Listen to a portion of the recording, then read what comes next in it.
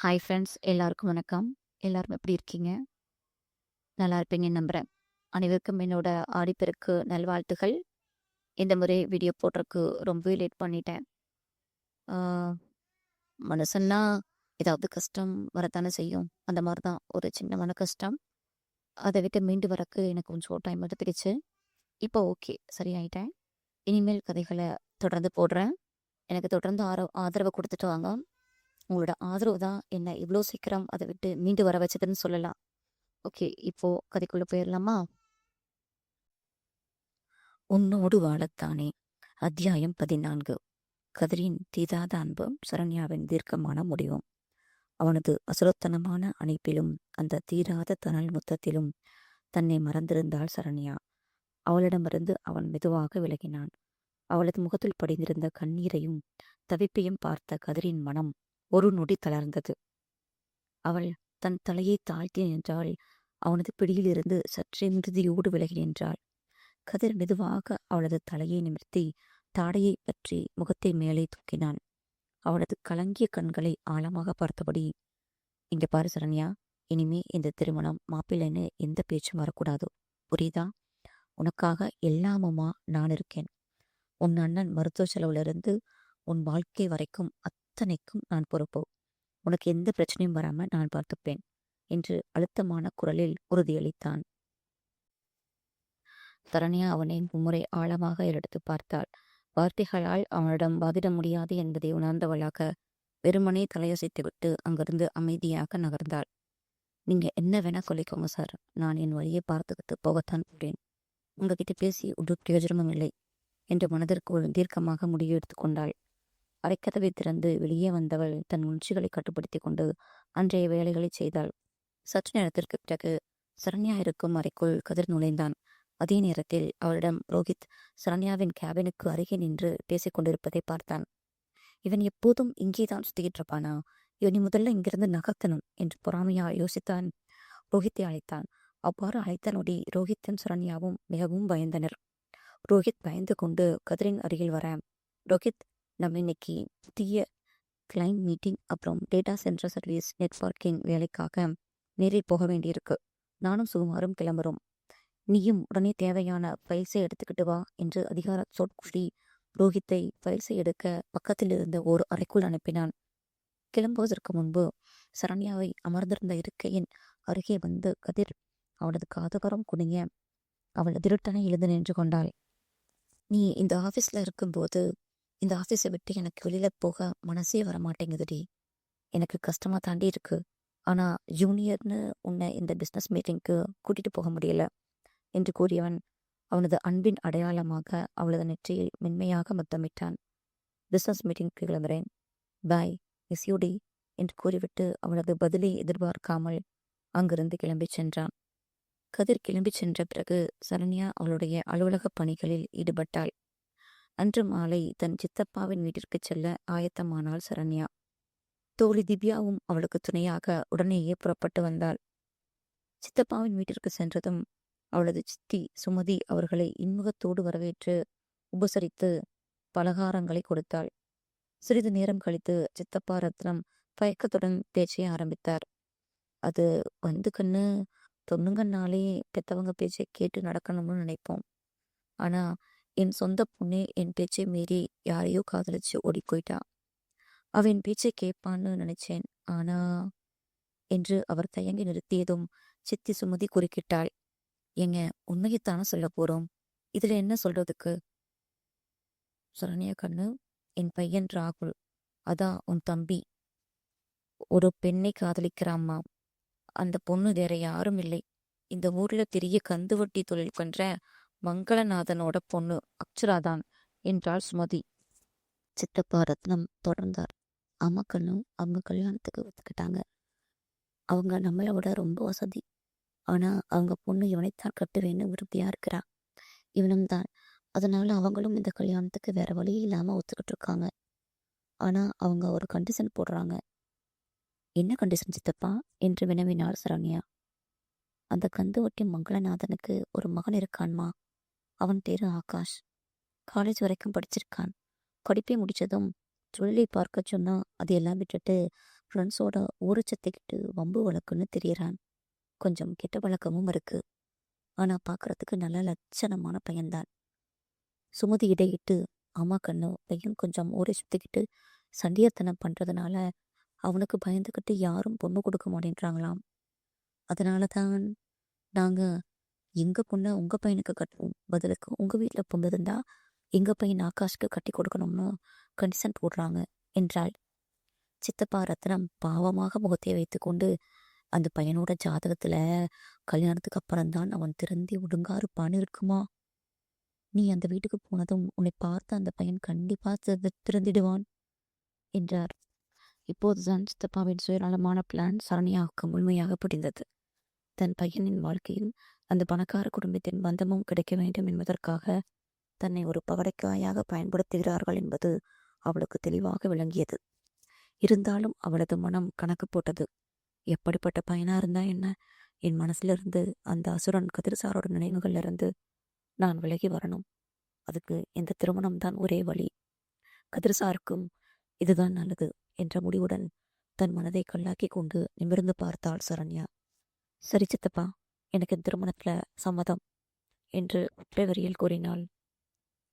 ரத்தினமும் சுமதியும் முகத்தில் பெரும் மகிழ்ச்சியோடு, அடடா, ரொம்ப நல்லா முடியுமா, நீ இந்த முடிவைத்தான் எடுப்பேன்னு எங்களுக்கு தெரியும். நாங்களும் அந்த வீட்டில் பேசிட்டோம். நாளைக்கு நல்ல நாள். நாளைக்கே உன்னை பொண்ணு பார்க்க வரதா சொல்லியிருக்காங்க. அதனால நீ காலையில நம்ம வீட்டுக்கு வந்துடுமா என்றனர்.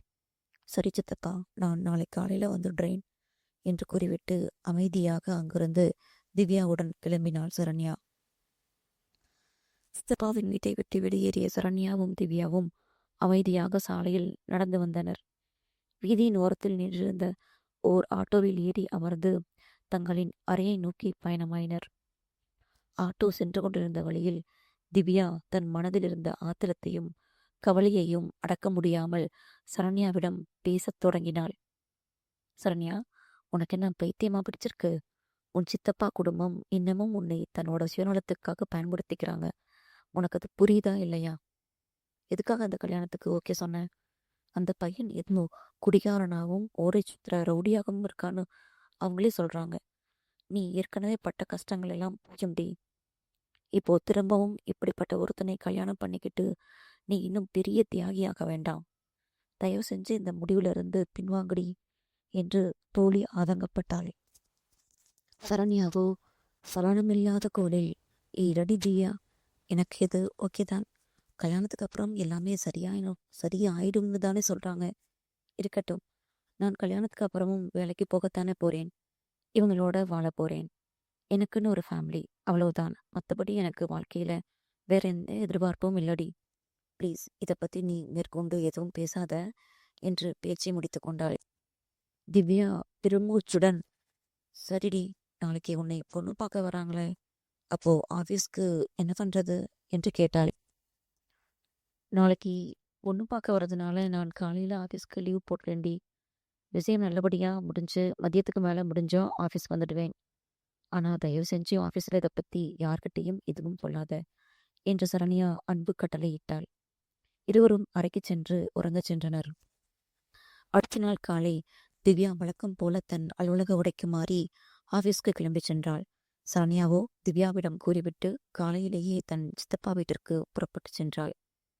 அங்கு சென்றதும் வீடே திருவிழா போல பரபரப்பாக இருந்தது. சரண்யாவை பெண் பார்ப்பதற்காக மட்டுமல்லாமல் சித்தப்பாவின் மகன் ராகுல் காத்திருத்த அந்த வட்டிக்காரன் மங்களநாதனின் மகளையும் அவளது குடும்பத்தாரையும் வரவேற்பதற்காக ஏற்பாடுகள் ஜரூராக நடந்து கொண்டிருந்தன. மாப்பிள்ளை வீட்டார் மிகவும் வசதியானவர்கள் என்பதால் ஊர் உறவினர்கள் அக்கம் பக்கத்தினரும் வந்து சித்தி சுமதிக்கு உதவி செய்து கொண்டிருந்தனர். காலை 8 மணி அளவில் சரண்யாவை மணப்பெண் போல நேர்த்தியாக அலங்கரித்தனர். அழகான பட்டுப்புடவையில் தேவதை போல காட்சியளித்தாள் சரண்யா. ஆனால் அவளது கழுத்தில் ஒரே ஒரு மெல்லிய தங்கச் சங்கிலி மட்டுமே மின்னியது. அதை பார்த்த சித்தி சுமதி உடனே ஓடி வந்து தன் நகைப்பெட்டியை திறந்தாள். என்ன கண்ணு இது, கழுத்து வெறுமையா இருக்கு. கல்யாணத்துக்கு அப்புறம் அவங்களே உனக்கு நிறைய நகைகளை போடுவாங்க. அது வரைக்கும் இன்னைக்கு ஒரு நாளைக்கு மட்டும் இந்தா என் நகையை போட்டுக்கோ என்று கூறி தன் நகைகளை சரண்யாவுக்கு அணிவித்து அழகு பார்த்தாள். சுயநலக்காரராக இருந்தாலும் அவ்வப்போது அன்பு காட்டுபவள் தான் சுமதி. ஆனால் அவளது அன்பை வெளிக்காட்ட விடாமல் தடுத்து கொண்டிருப்பார் ரத்னம். சரியாக காலை 9 மணிக்கு அந்த வசதியான மணமகன் வீட்டார் சொகுசு காரில் வந்து இறங்கினர். முன்னதாக காரிலிருந்து இறங்கிய அந்த கந்துவட்டி மங்களநாதன் பார்ப்பதற்கே பயமூட்டும் உருவத்தோடு இருந்தார்.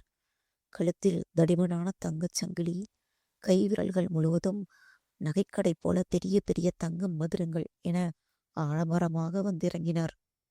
அவரோடு அவரது மனைவியும் நல்ல கருத்த உடல் வாகுவோடு அதே போல நகைகளை அள்ளி போட்டு கொண்டு வந்திருந்தார். அவர்களுடன் ராகுல் காதலித்த அந்த அழகிய பெண்ணும் சரண்யாவை கல்யாணம் பண்ணி கொள்ளப் போகும் அந்த வம்பு பையன் ஆகாஷும் இறங்கினர். ஆகாஷ் தன் 2 தோழர்களை துணையாக அழைத்து வந்திருந்தான். அவர்களுக்கு பின்னால் வந்த மற்றொரு காரில் உறவினர்கள் கூட்டமாக வந்து இறங்கினர். நடுத்தர குடும்பமாக இருந்தாலும் சித்தப்பா ரத்னம் அவர்களை கனிவோடு வரவேற்று உபச்சாரங்களை செய்தார். இங்கே பின் பார்க்கும் படலம் பரபரப்பாக நடந்து கொண்டிருக்க, மறுபுறம் அலுவலகத்திற்கு சென்ற திவ்யா நீராக ஹெச்ஆர் மீராவின் கேபினுக்கு சென்றாள். மேடம், சரண்யாவுக்கு திடீர்னு உடம்பு முடியாமல் போயிடுச்சு. ஹாஸ்பிட்டல் போயிருக்கா. டாக்டர் செக்கப் முடிச்சதும் மெடிசன் எடுத்துக்கிட்டு மதியத்துக்கு மேலே ஆஃபீஸ் வந்துடுவேன்னு சொல்ல சொன்னா என்று பொய் கூறி சரண்யாவுக்கான விடுப்பை உறுதி செய்தாள். ஹெச்ஆரும் அதை ஏற்றுக்கொள்ள திவ்யா தன் இருக்கைக்கு சென்று வழக்கம் போல வேலையை கவனிக்க தொடங்கினாள்.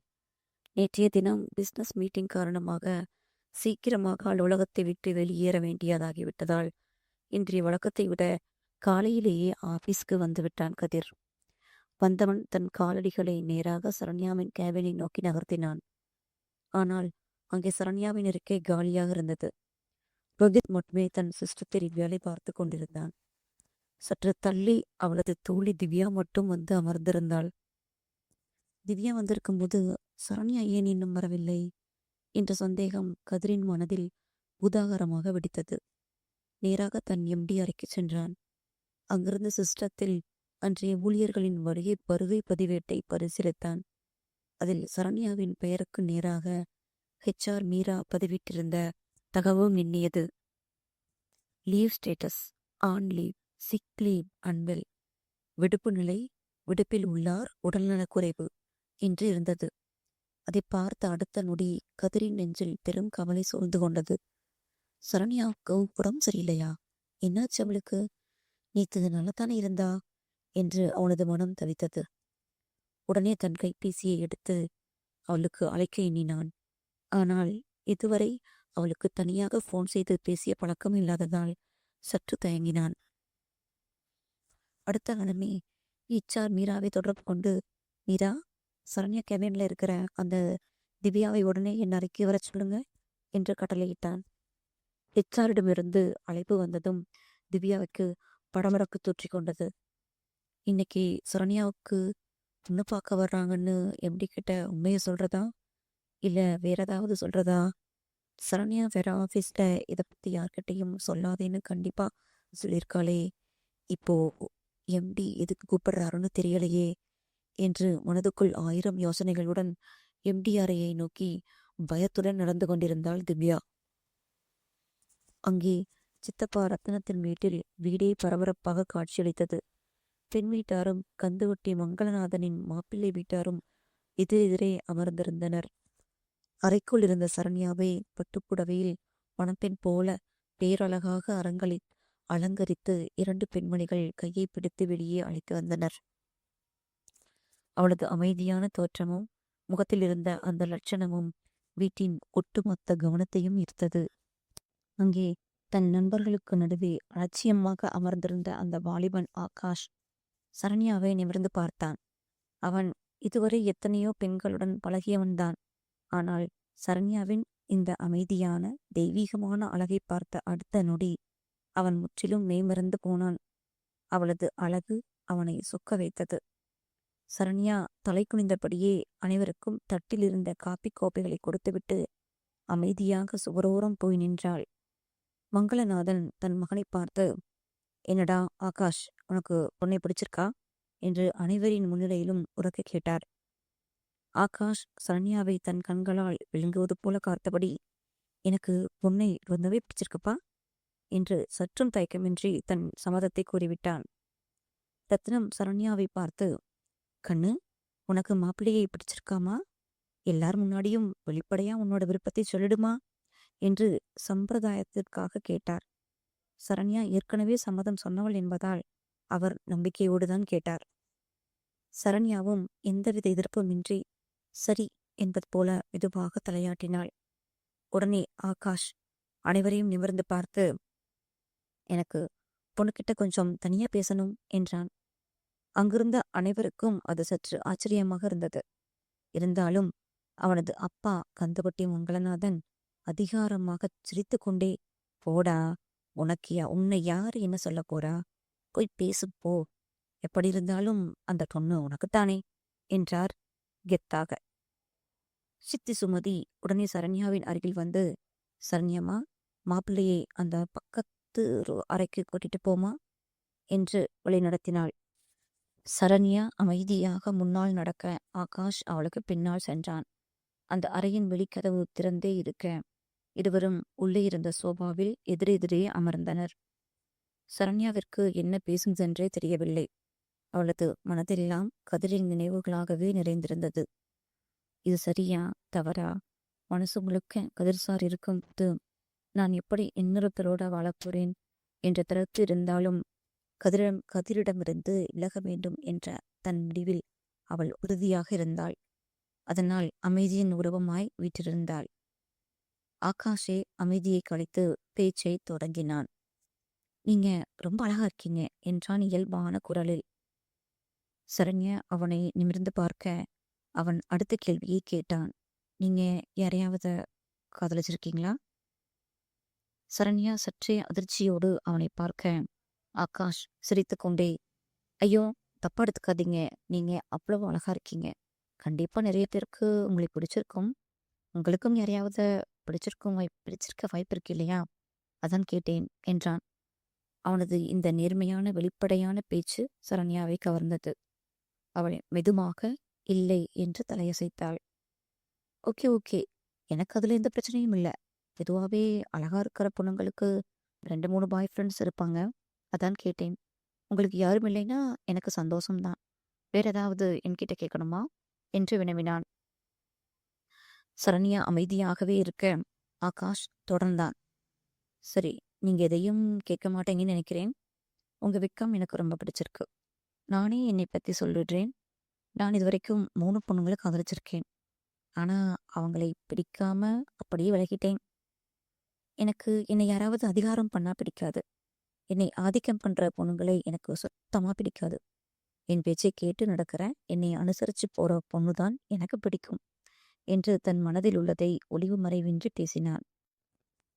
சரண்யா மௌனமாக அனைத்தையும் கேட்டுக்கொண்டாள். ஓகே, நம்ம வெளியே போகலாம் என்று கூறிவிட்டு ஆகாஷ் அறையை விட்டு வெளியே வந்தான். பின்பார்க்கும் படலம் மிக சிறப்பாக முடிவடைய மங்களநாதன் குடும்பத்தார் கிளம்ப ஆயத்தமாயினர். மங்களநாதன் ரத்னத்திடம், இப்படி நாங்க பெண்ணை பார்த்துட்டோம். நாங்க உங்க பையனுக்கு பொண்ணை கொடுத்து உங்க வீட்டு பெண்ணை எடுக்கிறோங்கிறது ஊருக்கே தெரியும். அதனால அடுத்த வாரம் என் பொண்ணை பார்க்க நீங்க எல்லாரும் எங்க வீட்டுக்கு வரணும் என்று சொல்லிவிட்டு புறப்பட்டார். சித்தப்பாவும் சித்தியும் மகிழ்ச்சியில் திளைத்திருக்க மதியம் 3 மணி அளவில் அவர்களிடம் விடைபெற்று கொண்டு சரண்யா தன் அறைக்கு வந்து சேர்ந்தாள். அறைக்கு வந்தவளுக்கு மனம் முழுவதும் கதிரின் நினைவுகளே ஆக்கிரமித்திருந்தன. கதிர் சார் ஆபீஸ்க்கு வந்திருப்பாரா? என்னை எதிர்பார்த்து ஏமாந்திருப்பாரா? அங்கே என்ன நடந்திருக்கும் என்று அவனையே நினைத்து ஏங்கியபடி அமைதியாக தன் அறையில் அமர்ந்திருந்தாள். அப்போது அவளது அறையின் வெளிக்கதவு தட்டப்படும் சத்தம் கேட்டது. டக் டக். இந்த நேரத்தில் யாரு என்ற குழப்பத்துடன் சென்று கதவை திறந்தாள் சரண்யா. அங்கே கதவுக்கு வெளியே அடக்க முடியாத அன்பிலும் காதலின் தரிப்பிலும் நின்று கொண்டிருந்தான் கதிர். அவனை கண்டதும் சரண்யாவின் இதய துடிப்பு ஒரு நொடி நின்று மீண்டது. சரண்யா அலுவலகத்திற்கு வராததால் தவித்து போன கதிர் திவ்யாவை தன் எம்டி அறைக்கு வரவழைத்தான். திவ்யா உள்ளே நுழைந்ததும், திவ்யா, சரண்யாவுக்கு என்ன ஆச்சு? நேத்து வரைக்கும் நல்லாதானே இருந்தா, இன்னைக்கு திடீர்னு என்னாச்சு என்ற பதட்டமும் தவிப்பும் நிறைந்த குரலில் விளம்பினான். சரண்யா ஏற்கனவே ஆபீஸ்ல பெண்ணு பார்க்க வர்ற விஷயத்தை பத்தி எதுவும் சொல்லாதே என்று கண்டிப்புடன் கூறியிருந்தது திவ்யாவின் நினைவுக்கு வந்தது. உண்மை தெரிந்தால் பிரச்சனை பூதாகரமாகும் என்பதால் சாமர்த்தியமாக ஒரு பொய்யை யோசித்தாள். சார், அது ஒண்ணுமில்லை என்று யோசித்துக் கொண்டே, அது அவளுக்கு ஸ்டொமக் பெயின் என்றாள் ஒரு வழியாக. என்ன, ஸ்டொமக் பெயினா? நல்லாத்தானே இருந்தா, ஏன் திடீர்னு என்றான். அது சார், அது அவளுக்கு அடிக்கடி வர வழிதான் என்றாள். அடிக்கடி வந்தா அது ஏதோ பிரச்சனை தான். இவ்வளோ அசால்ட்டா சொல்லிட்டு இருக்கேன் என்று அவன் கேட்க, மாதாந்திர பீரியட்ஸ் பெயின் தான் சார். அவளால வலி தாங்க முடியல. அதான் கொஞ்ச நேரம் ரெஸ்ட் எடுக்கிறேன்னு சொன்னா சார் என்று சமாளித்தாள். கதிரின் முகத்தில் அக்கறை மேலிட்டது. அப்படியா, இப்போ எப்படி இருக்கா? ஒரு முறை ஃபோன் பண்ணி பேச சொல்ல முடியுமா? இல்லைன்னா நம்ம ஹாஸ்பிட்டல் ஏதாவது கூட்டிட்டு போகணுமா? என் ஹெல்ப் ஏதாவது வேணுமா திவ்யா என்று ஒரு பெரிய கம்பெனியின் அதிபர் என்ற பிம்பத்தை தாண்டி உண்மையோடு கேட்டான். அவனது இந்த அசாத்தியமான அன்பையும் பதற்றத்தையும் பார்த்த திவ்யாவிற்கு பெரும் ஆச்சரியம். அடடா, இவர் சரண்யா மேல ஏன் இவ்வளவு இன்ட்ரெஸ்ட் காட்டுறாரு என்று வியந்தவள் நிலைமை கைமீறி விடக்கூடாது என்பதால் சுதாரித்தாள்.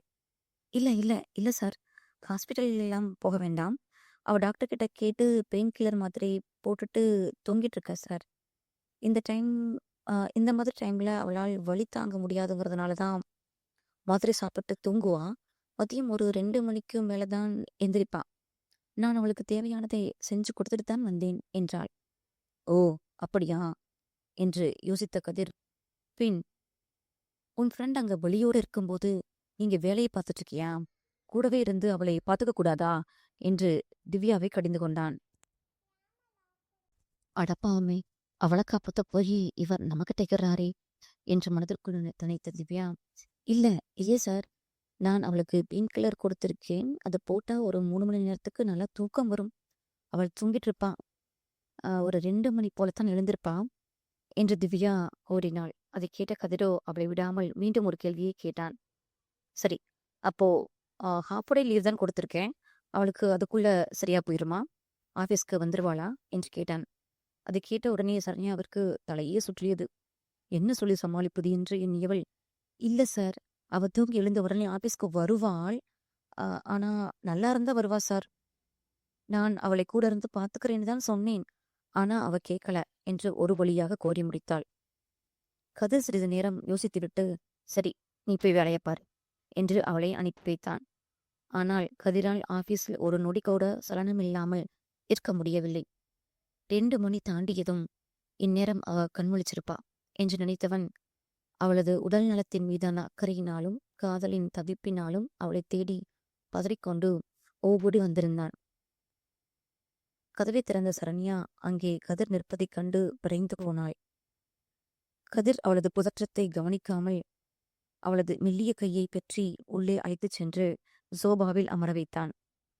அவளது அருகே தானும் அமர்ந்து அவளது முகத்தை ஆழமாக பார்த்தபடி, இப்போ எப்படி இருக்கு? ஓகேவா? எங்கெல்லாம் வலிக்குது என்று அளப்பரிய அக்கறையோடு வினவினான்.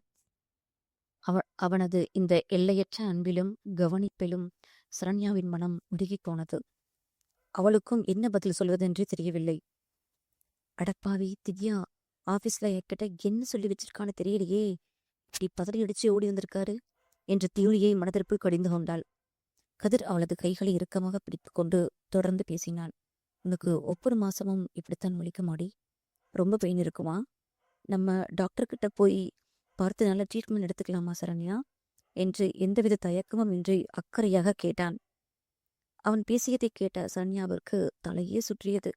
அச்சச்சி, இவர்கிட்ட பீரியட்ஸ் பத்தி தான் பேசி வச்சிருக்காளா? ஐயோ திவ்யா, உனக்கு அறிவே இல்லையா அடி பைத்தியக்காரி என்று மனதிற்குள் அலறினாள். வெளியே தன் தயக்கத்தை மறைத்து கொண்டு, ஐயோ சார், அதெல்லாம் ஒண்ணுமில்ல சார், இது எப்பவாவது தான் வரும், சரியாயிடும் என்று திக்கி திணறினாள். இருந்தாலும் இந்த மாதிரி டைம்ல அடிக்கடி பெயின் கில்லர் மாத்திரை எடுத்துக்கவே கூடாதுடி, அது உடம்பே ரொம்ப பாதிக்கும். படிச்சுதானே நீ, உனக்கு தெரியாதா என்று அவளை மெல்ல அதட்டுவது போல திட்டினான். சரண்யா சோகமாக முகத்தை வைத்துக் கொள்ளவே கதிர் உடனே இறங்கி வந்தான். ஓகே ஓகே, சாரிடி, நீ முடியாம இருக்கும்போது உன்னை திட்டக்கூடாது. இனிமே பெயின் கில்லர் எதிலும் எடுத்துக்காத. தொடர்ந்து வலி இருந்தா செல்லு. நாம போய் நல்ல டாக்டரை பார்க்கலாம் என்று கூறி அவளது பிஞ்சு கரங்களை எடுத்து தன் மார்போடு சேர்த்து இறுக்கி பிடித்துக் கொண்டான். அவனது மார்பின் கதகதப்பிலும் அந்த தீராத அன்பிலும் கரைந்து போனாள் சரண்யா. தான் மறைக்கும் திருமண விஷயத்தை நினைத்து உள்ளுக்குள் குற்ற உணர்ச்சியால் வேதனைப்பட்டாலும் அவனது இந்த அரவணைப்பை அவளால் விளக்க முடியவில்லை. கதிர் அவளை மெதுவாக இழுத்து தன் விரிந்த மார்பில் அணைத்துக் கொண்டான். அவளும் எந்த எதிர்ப்பும் தெரிவிக்காமல் அவனது இதய துடிப்பை கேட்டபடி அமைதியாக சாய்ந்து கொண்டாள். அவனது அணைப்பில் தஞ்சம் புகுந்திருந்த சரண்யா மெல்லிய குரலில் வினவினாள். சார், உங்களுக்கும் யாழ்னி மேடத்துக்கும் எப்பங்க சார் கல்யாணம்? அந்த கேள்வியை கேட்டதும் கதிரின் உடல் ஒரு நொடி விரைத்தது. ஒரு நீண்ட பெருமூச்சு இழுத்து விட்டவன், இப்போ இதுக்குடி அவளை பத்தி பேசிட்டு இருக்கேன். நீயும் நானும் ஒன்னா இருக்க போது நம்மளை பத்தி மட்டும் பேசு. தேவையில்லாம மற்றவங்களை பத்தி பேசாத என்று லேசான கோபத்தோடு கூறினான். சரண்யா அவனது மார்பிலிருந்து சற்றே விலகி, இல்ல சார், யாழினி மேடம் நீங்க இப்படி வந்து என் கூட பேசுறதை பார்த்தா கோச்சிப்பாங்கல்ல, அவங்க மனசு கஷ்டப்படுமில்ல சார் என்றாள். அடுத்தவங்க மனசு கஷ்டப்படுறதை பத்தி நீ பேசாத. அது என்னோட பிரச்சனை, நான் பார்த்துக்கிறேன் என்றான் கதிர் ஆதிக்க குரலில். அப்போ நீங்க அவங்களை கல்யாணம் பண்ணிக்க போறது உறுதிதானே சார் என்று அவளது கண்கள் அவனை கேள்வியாக துளைத்தன. நம்ம விஷயம் வேற, அந்த விஷயம் வேற. அதை பத்தி பேசாத. அடுத்த மாசம் ஒரு நல்ல நாள் இருக்குன்னு வீட்டுல சொல்லிட்டு இருக்காங்க. எனக்கு அதுல விருப்பம் இல்லாததுனால நான் எதையும் பெருசா விசாரிக்கல. விடு. நீ ஏதாவது சாப்பிட்டியா? இல்லையா, உனக்கு ஏதாவது வாங்கிட்டு வரட்டுமாடி என்று அக்கறையாக பேச்சை மாற்ற முயன்றான். இல்ல சார், நான் சாப்பிட்டேன், எனக்கும் இதுவும் வேண்டாம் என்று கூறிய சரண்யா சோபாவை விட்டு மெதுவாக எழுந்து நகர்வதற்கு முற்பட்டாள். சரண்யா விலகிச் செல்வதை பார்த்த கதிர் சடார் என்று அவளது வலது கரத்தை பற்றி பலமாக தன் பக்கம் இழுத்தான். எதிர்பாராத இந்த இழுப்பில் நிலை தடுமாறிய சரண்யா நேராக வந்து அவனது அகன்ற மார்பில் மூத்தி விழுந்தாள். கதிர் நொடிப்பொழுதில் அவளது இடுப்பை வளைத்து அவளை தப்பிச் செல்ல முடியாதபடி தன் மார்போடு சேர்த்து மிக இறுக்கமாக அணைத்து கொண்டான். அவனது மூச்சுக்காற்று அவளது முகத்தில் சுட சுட மோதியது. ஆபீஸ்ல உன்னை பார்க்காம என்னால் அங்க இருக்கவே முடியலடி சரண்யா என்று அவளது கழுத்து வளையத்தில் தன் முகத்தை புதைத்து மூச்சிரைத்தான். ப்ளீஸ் டி, என் கூடவே வந்துடு. உன்னை விட்டுட்டு என்னால இருக்கவே முடியலடி. நானும் எத்தனை நாள் தாண்டி உன்கிட்ட கெஞ்சிக்கிட்டே இருக்கிறது. என் இதயத்தில் இருக்கிற இந்த ஏக்கம் முடியலையா உனக்கு என்று தன் காதலின் ஆதிக்கத்தையும் ததிப்பையும் கிரக்கமான குரலில் அவளது காதோரம் முணுமுணுத்தான். அவனது மார்பின் அதிர்விலும் அந்த காதலின் தணலிலும் சரண்யா முற்றிலும் நிலை தடுமாறி அவனது சட்டையை பற்றியபடி உயிர்ச்சடைத்து நின்றாள். சரண்யா என்ன சொல்லப் போகிறாள் என்று அடுத்த அத்தியாயத்தில் பார்க்கலாம்.